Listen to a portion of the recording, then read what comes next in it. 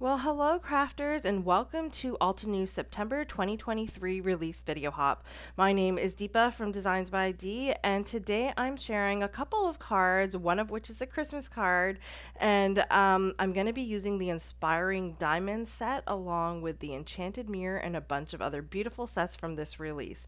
Now, as always, Altenew is giving away one $100 gift certificate and four $50 gift certificates. So be sure to comment on this video, like and subscribe, and please do the same for all of the rest of the talented designers on this hop.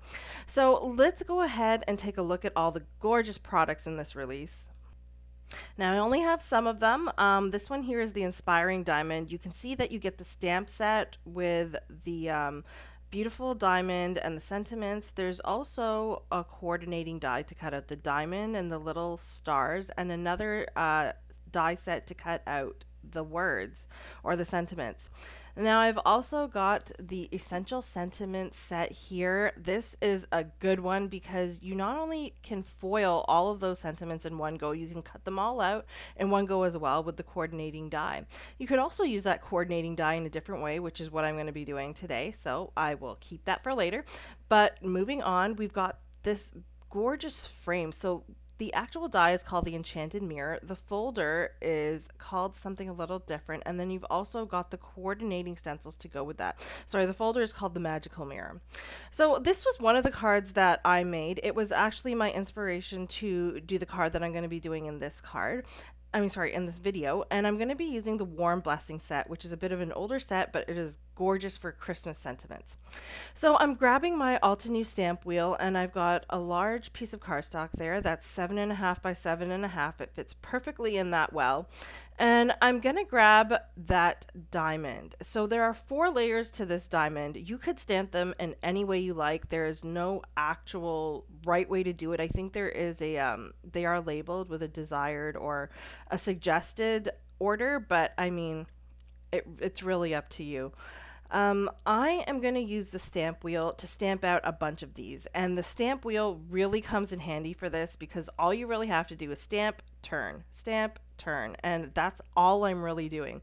And that's partly why my panel is so large, because I want to be able to stamp 8 diamonds on this one piece of cardstock, and I'm going to do it, and I'm going to show you how here. So I've taken my first ink, which is the lightest one from one of the bluer sets.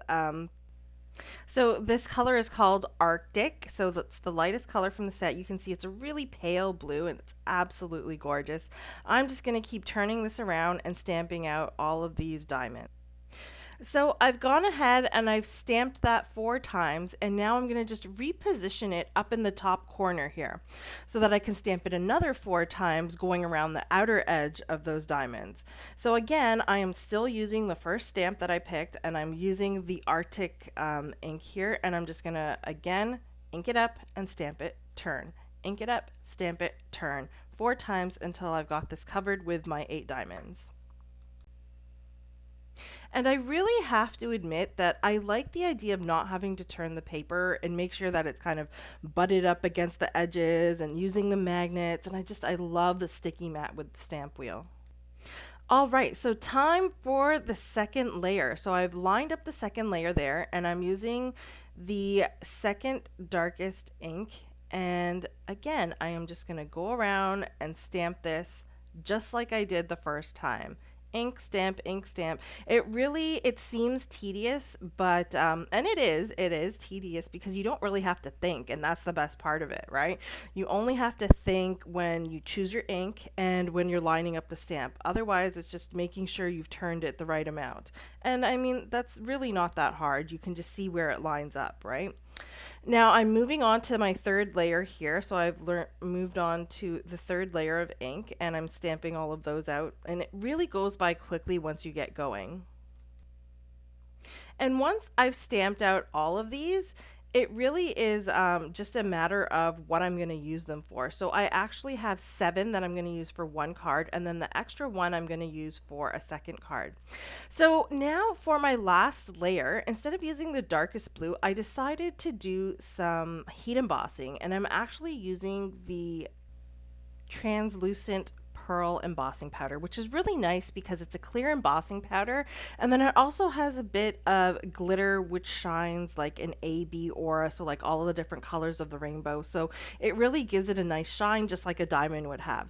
So this last layer, I'm just stamping it all out first with my my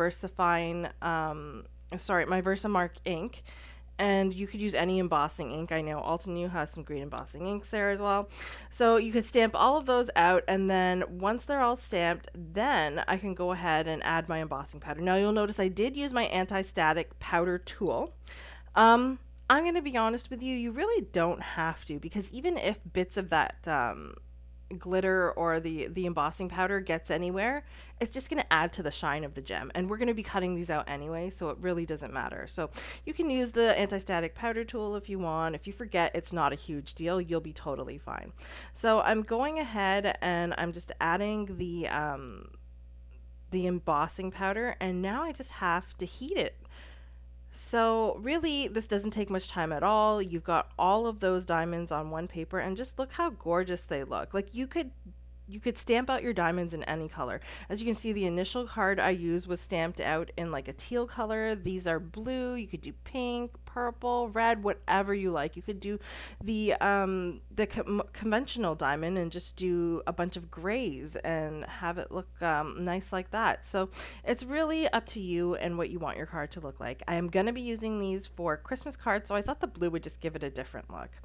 Now I have the coordinating die here. As you can see, you not only get the gem, but you get about 5 other dies which cut out the little shine or the stars that come with the stamp set. I'm not going to be using those right now, but you can see that when I cut these out, oh, they just look stunning and so realistic looking, other than the fact that I've made them blue.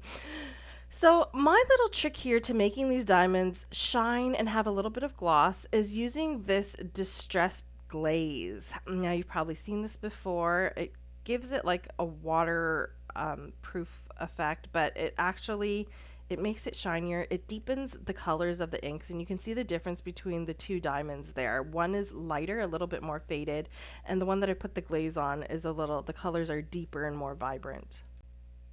So now that I've added my glaze to all of them, I just take a little tissue and just kind of wipe off any excess, because it can get a little extra glossy and you do want your anything that you stick to them when you're putting the card together to still stick. So that's why I just wipe off the excess.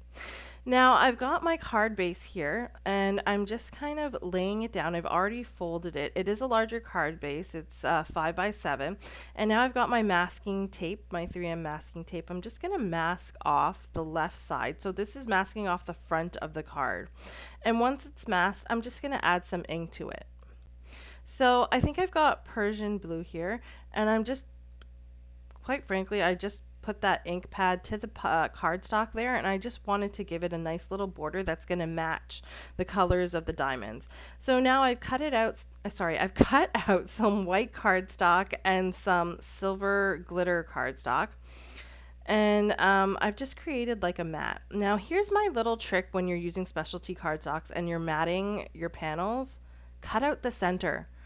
Save this for later. I mean, no one's going to see that underneath it, and you really don't want to waste your money spent on these beautiful specialty cardstocks with them being kind of just wasted in the background behind some other panel, right? So I like to do that and keep those aside for other projects, and I feel better that I'm not wasting that money on that specialty cardstock, because if you're like me, you don't always use your specialty cardstocks as willingly because they're just so gorgeous and you want to save it for something special, right? Okay, so now I've attached the little stars, or the shiny bits, which would be the shine of the diamond, onto an acrylic block, and I'm using some silver metallic ink to just stamp these out in the background. This just fills up the background a bit. It gives it a bit of shine and a little bit more of that like beautiful shiny look that Christmas has. So I'll just stamp those all over. You can see I put all of them down so that I'm stamping a whole bunch at once, so I don't have to stamp each one separately, and that completely works as long as you just move your acrylic block around so that you get some variation in your stamping. So now I've got the Warm Blessing stamp set, and I'm just going to stamp out the sending warm blessing sentiment. I'm just using some plain old black ink here. And then I'm also going to stamp out, there's some few little stamps in there that would stamp out a holly. So I'm stamping out a holly here with a couple of those leaf fronds and then some berries. And I will color those in with my Copics to kind of match my background. Very simple. It's just something a little extra just to add a little detail and interest to your card. So I'm just coloring these in with some greens. So you'll notice that I kept the more conventional colors for the holly, the greens and the red, and that's what's going to make it stand out on that diamond tree that I'm going to make. So I'll just finish up coloring those in, not doing anything really too fancy here, just simply coloring them in with a couple colors or a couple tones of colors. And now I'm grabbing my Altenew scissors to do the fussy cutting. Now for the actual sentiment, I don't have the coordinating die. If you did, you can go ahead and just cut that out. But I do like to kind of use my my self-healing mat and a metal ruler and a craft knife to kind of cut straight lines on the top and bottom. So this just gives it more of a professional look. It kind of looks like I used the die. And then all I do is, again, I fussy cut around the edges just to get the full die cut look here. So that's my little trick if you don't actually have the coordinating dies to make your fussy cut look like a die cut. All right, so now we've done all the prep work. Let's go ahead and put this card together. So I'm going to add that silver mat there with that cutout center. Ha ha ha. Save that for later. And then I'm going to go ahead and attach the panel that we did all that stamping on with the little stars. And you can see that these stars work perfectly for Christmas cards, not just for the shine on your diamonds, right? Then I've got my diamonds here. So I'm going to arrange these such that they look like a Christmas tree.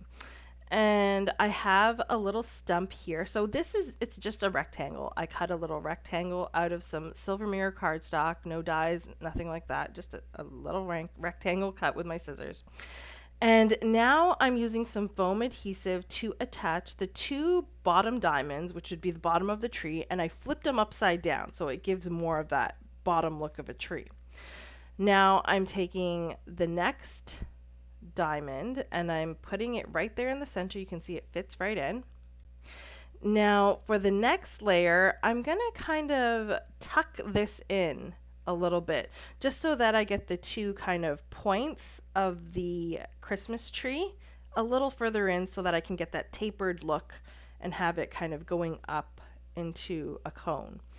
Now the next one, again, I'm gonna flip, make sure the diamond's the right way around and fit it in there. You see it fits perfectly. And then the top portion, I just flip the diamond upside down again, and then I get the top of the tree.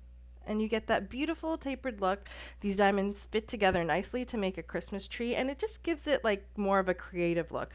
When I looked at those diamonds, I kind of thought, is there a way that I can use these differently? Because I know you're going to see a bunch of inspiration. That's just a bunch of, there's a diamond here, a diamond there, which is gorgeous. I love the look of these diamonds, but I wanted to just use it in a bit of a different way and maybe spark some ideas in your mind, and maybe you'll run with this. Maybe you'll take this idea and come up with something different. I would love to see if you create anything, so please do tag at Designs by Dee and Altenew. I would love to see what you guys make. Okay, so moving on, now that we've got this tree all assembled, we've got our sentiment on there with our little holly, I'm just going to add just a bit of shine. I'm adding some silver pearls there. And I'll move on to my second card. So I have one diamond left, so I thought, why not use it with this gorgeous frame? So this is the Enchanted Frame die, and this thing on its own is so stunning. I love the intricateness of it. So I've gone ahead and I've cut that out of some gold pearl cardstock, and now I've got a black background. This is an A2 size card, so it's a little smaller. And I'm taking the Essential Sentiments coordinating die. So I noticed on the package this was used in a different way and not just to cut out the sentiments. So that's what I wanted to do here. So I've kind of placed it off to the right side of my black cardstock panel and I've cut it out. You can see you get this like cool grid effect. And I'm just going to layer this with the Enchanted Mirror die cut and the little diamond in the center. And I'm adding some gold glitter cardstock in the back there just to continue on with that gold theme here. So now that I've kind of figured out where I want everything to go, I can just kind of put everything together. So I'm adding some foam strips to the back of the black cardstock just to give it a bit of lift. And then I will attach the gold glitter cardstock behind the that die cut grid there. So you can see that the little lines that were cut from that grid are very delicate, so do be careful there, because if you do kind of snag on them, they will rip. What you could do if you want to reinforce it is maybe cut this panel twice so that and attach it together so that it has a bit more strength. I think I'll be able, once I put everything on there, it's going to be okay, so I'm not going to worry about that too much. I'll now attach this to my card base. So this has a little bit of a border here. So that black panel is actually 4 inches by 5 1/4, so that I get that nice border when I put it on my white card base. And now it's just a matter of adding the frame and the diamond. And here I'm just kind of deciding, do I want to add that center gold piece, or do I want to keep it kind of showing through what's in the back there? So I'm just attaching this with some tape adhesive, glue tape, and then I'm going to add some foam squares behind there just to kind of prop it up a little. And then all I really need to do is add my diamond and sentiment. Now you can see that that sentiment was actually foiled and cut ahead of time. I used the Essential Sentiments set, and I love that you can actually just foil all those sentiments and cut them all out in one go. Here you can see I foiled it in polished brass on some black cardstock, and then I am adhering it to just a bit of a matting of that gold glitter cardstock just to make it stand out a little more. Now in the end, you can see I decided to add that oval there in the center, and I'm going to add the diamond with some foam adhesive. But I think that that Essentials Sentiment set is essential. I mean, it's probably something that I would foil a bunch of sentiments in different colors on different colors of cardstock ahead of time, and then just keep all of the little sentiments in a tin so that when I'm actually making cards, I can then just grab sentiments easily to use. So now that I've gone ahead and put this together, my last step, which is the last step for all my cards, is to add some embellishments. So I'm just going to add some pearls here, some white pearls. I thought it would just kind of change it up a little. And I think that this card is done. So these are the 2 cards that I made for today. I hope that one of these inspires you to create something a little different with the products that were released this month. They are absolutely gorgeous, and as you can see, you can not only use them for generic cards, but for Christmas cards, I'm sure you can find some other uses too. There is a link in the description if you wanted to check out this release, and please do not forget to like, subscribe, and comment. I hope that one of you guys wins. So please hop along to the next person and have a great day, guys. Bye.